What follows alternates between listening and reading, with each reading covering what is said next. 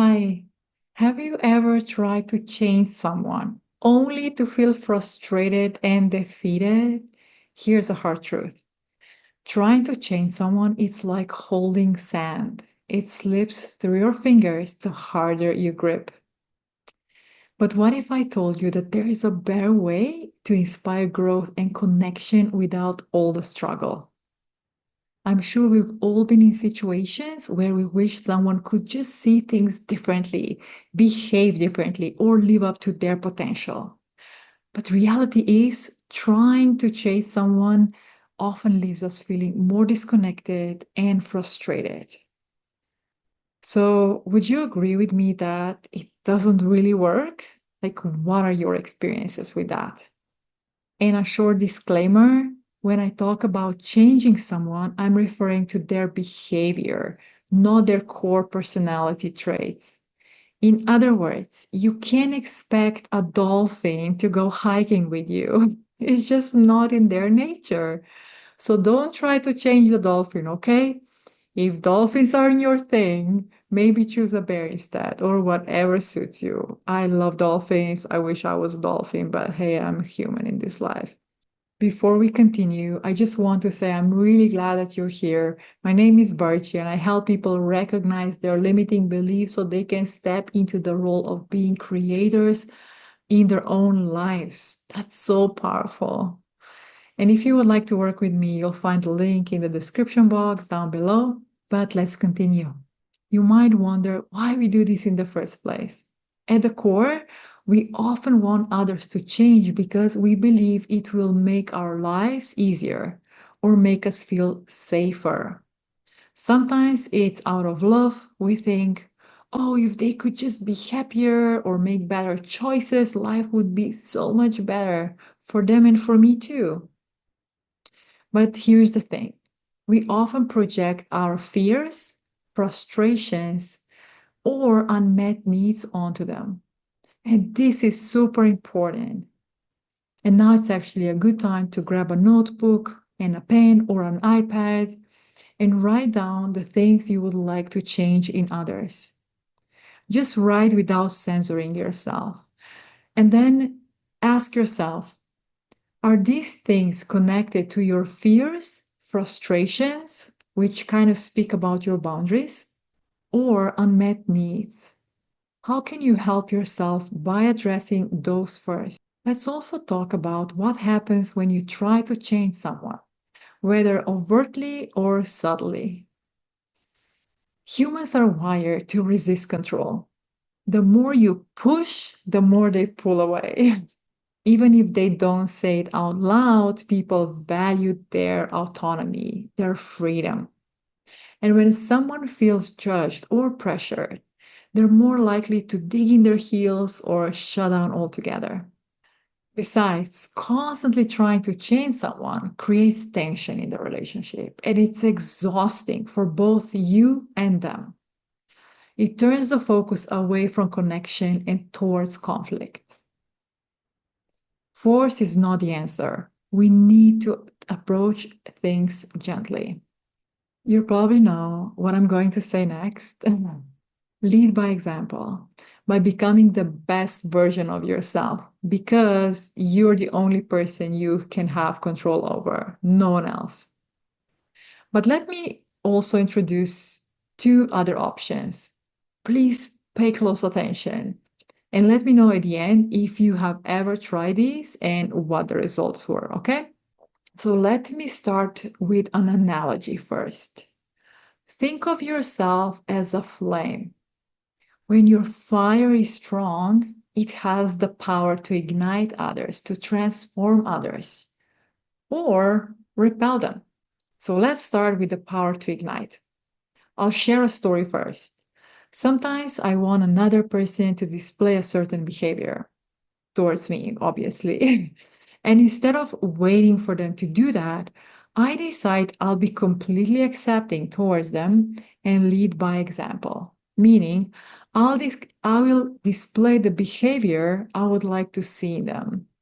It can be something simple. For example, you have a neighbor that you meet in the elevator and they might always be grumpy.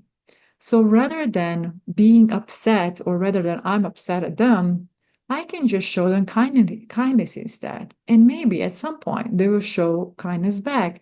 But the thing is, I'm not attached to how they will respond. That's really important. I invite you to see the qualities in the other person that you wish them to exhibit more of. Whatever those qualities are, trust that they already possess them, meaning that this person already possess those qualities. And maybe that can be, let's say, this person is not reliable and you want them to step up.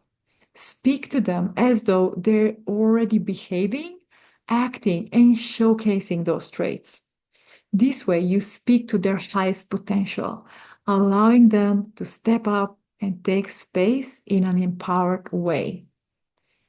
The only catch, you need to truly believe in it and persist. It's not enough to think of it just once and then abandon the approach. Trust the process and let me know how it goes, because it will change your life. This leads me to the second option. Your flame might repel someone. So when you start seeing qualities such as love and integrity in others, you stop responding to what I will call low vibrational energy that they might display, whether it's anger, frustration, indifference, it doesn't matter. When you refuse to engage with their lower energy and instead respond to the image you hold of them with the qualities you would prefer, two things can happen. In the worst case scenario, they might start avoiding you because, simply put, shadow energy doesn't like light.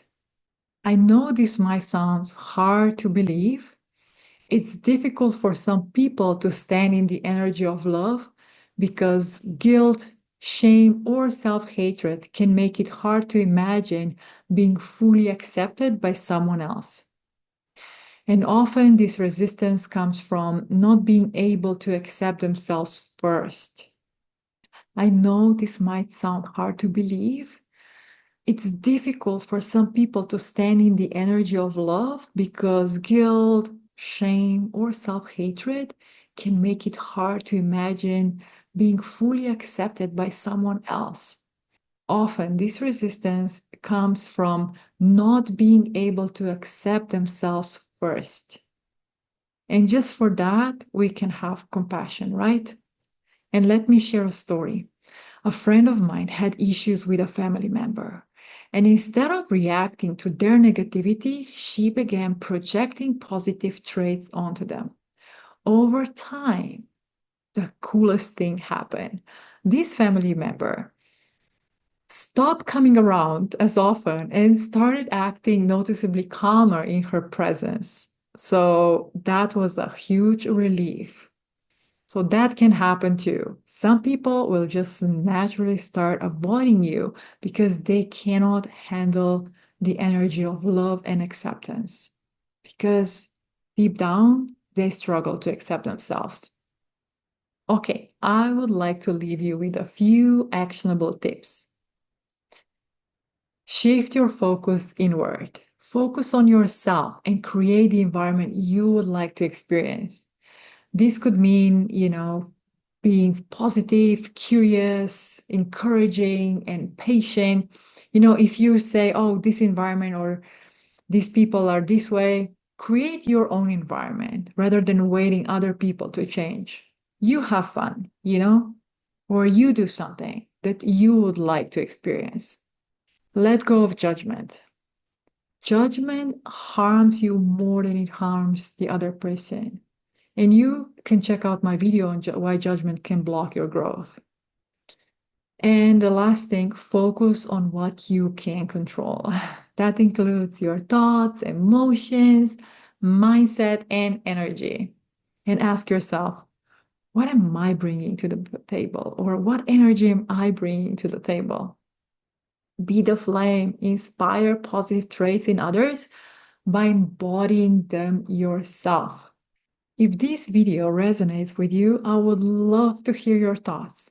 Have you experienced something similar in your relationships? Have you ever tried the methods I suggested? Let me know. I'm super curious. Please like, comment, and subscribe to support this channel if you feel like doing so, and help spread these ideas. Together, we can create meaningful change in the world. I truly believe that, and it always starts with us. Okay. Thank you so much for watching, and I'll see you next time.